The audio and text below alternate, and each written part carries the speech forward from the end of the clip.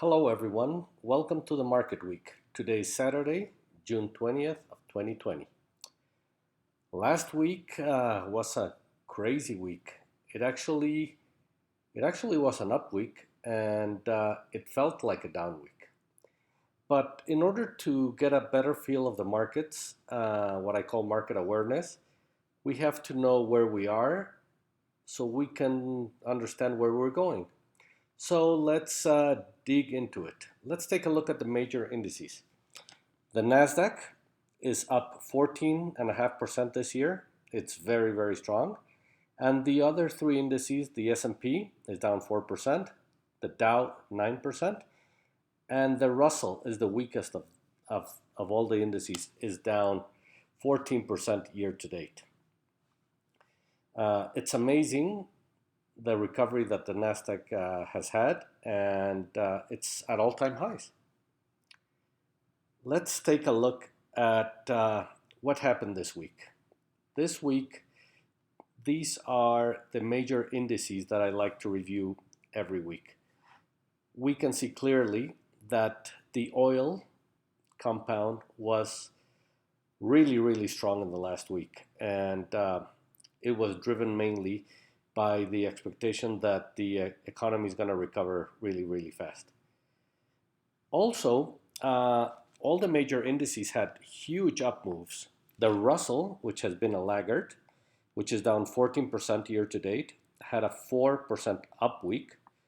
The Nasdaq had another monster move, another 4% up. It's now up 14, almost 15% up for the year. And the S&Ps, which felt like a down week because we had a weak Friday, had also a very, very, very strong 2%, 2.5% up move on Friday, but is still down 4% to the year. Now, who lagged? The VIX deflated, which is normal when we have a up move. As you know, the VIX is the Volatility Index, and it measures the amount of fear and also the amount of derivatives that are purchased in the market. So this means that more people sold options than bought options. Bitcoin had a little give back, and the euro also retraced a little bit, as well as bonds. But if we go year to date, we can see that the strongest part of the market has been Bitcoin, bonds, the Nasdaq, gold, liquid bonds, and everything else is down. And oil, which had a huge up move last week, 7%, is still down a whopping 36% for the year. So it's interesting to see where the money is going and rotating. We can clearly see that the money is going to technology, mainly the FANG stocks.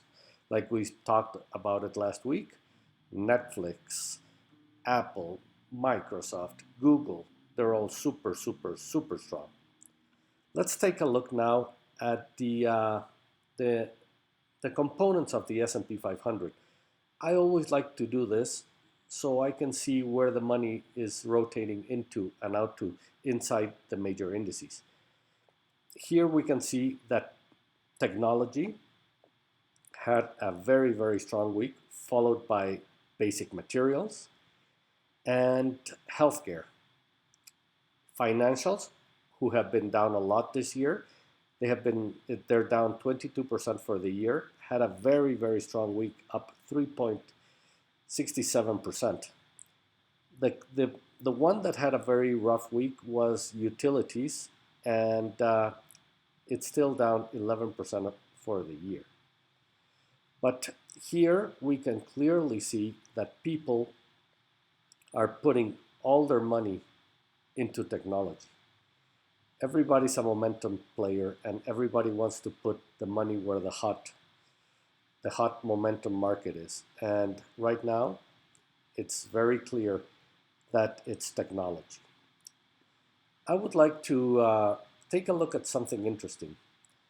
The Treasury and the government have been really, really trying to devalue the dollar a lot.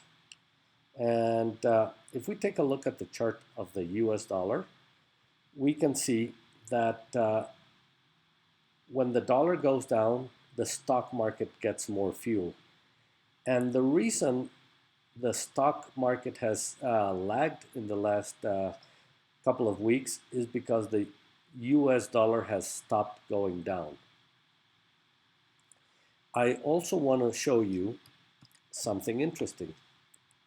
Let's take a look at the VIX. The VIX is, as we mentioned, is the volatility index, is the fear gauge of the index. On Monday we saw a humongous up move in the market because there was a rumor that came out to be true that the Federal Reserve was out to buy corporate bonds. This is something I never thought it would happen in my lifetime, especially in the US. And the Fed has intervened in every single market now, except stocks, which I'm sure they will get into in the future, because it's even more surprising that the Fed is buying junk bonds, buying corporate bonds, and in order to avoid a market crash. And now we know what the pain level is for the Fed. If you guys remember, we hit 40 on the VIX on Friday and last Monday, and that's when the Fed decided to come out and say that they were buying corporate bonds, and they de facto ended the down move. Here we can see that the market was very weak for a couple of days, and right here the Fed came out and said, you know, guys, we're going to buy corporate bonds, and the down moved completely stopped. Let's take a look at the VIX, and we can see what happened. The VIX hit 40, which hasn't happened for a while, and that's when the Fed decided to intervene and stop the down move. We were talking about the US dollar. And here we can see very clearly that the dollar was going down while the stock market was very strong. And recently, for the last 2 weeks, the dollar stopped going down. And what happened to the S&P? The S&P stopped going up. So it's important to keep an eye on the dollar, and that will give us some indication of where the market is going. Going back to my indicators, as I mentioned last week, when the stock market is above the 150-day moving average, to me that's a sign that we're in a bull market. Of course, we always have to be cautious, but right now I'm not worried about a down move until we break below the 150. It's important not to think of the market of being like the economy. We read the news, we know that the economy is not doing great, people are losing their jobs, businesses are closing down, but look at the market. The market has gone up and up and up and up and up with all this bad news. So it is very important to not to extrapolate your feelings about the market, about the economy, to the market. It's important to look at the facts. And the fact is that the market is still very strong and it's still above the 150. Now, about my momentum indicators, which is the green line, I mentioned is the 5-day exponential moving average, and the red line is the 10-day. We can see that finally the green line crossed over the red line, but it only lasted 2 days. That's when the Fed said, oops, oh my God, there's something happening here. And they mentioned they were going to buy corporate bonds. And guess what? They stopped it right at my indicator, right at the 150-day moving average. Now, this formation here, we can see that the market is having a tough time breaking above 31.35. And I think next week is going to be a very, very important directional week for the market.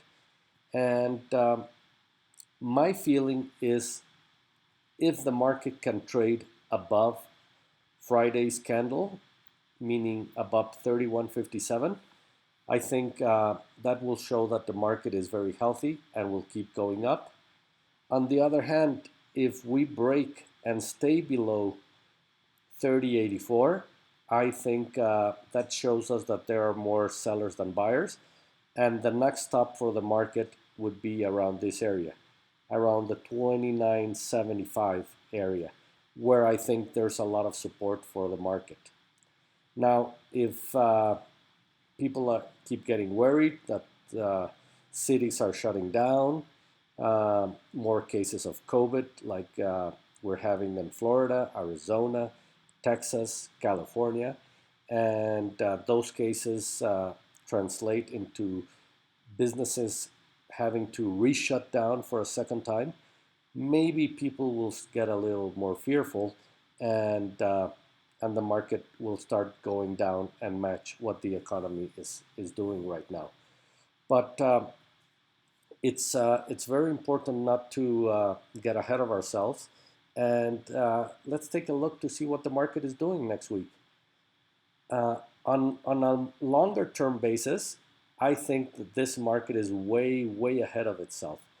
I don't think the economy is going to come back as strong as the market thinks it's going to come back. And right now, valuations are the highest they have been in a long time. And the market doesn't really care right now. But if earnings start coming out really bad, the market will probably realize that, and maybe we get another down move. If we get down to the 50% retracement, the 27.93 level, I think that would be a very good opportunity to try to buy the dip and get some longs for the ones who missed out on this huge rally that started in March 23rd. Remember, it's a crazy market out there, and don't get ahead of yourself. Let the market show you where it's going, and so you can place your trades accordingly and try to be on the correct side of the market. Thank you everyone for watching this video. If you like it, please click thumbs up and subscribe to my channel. Thank you very much, and good luck trading next week. And remember, you gotta risk it to get the biscuit. Thank you guys.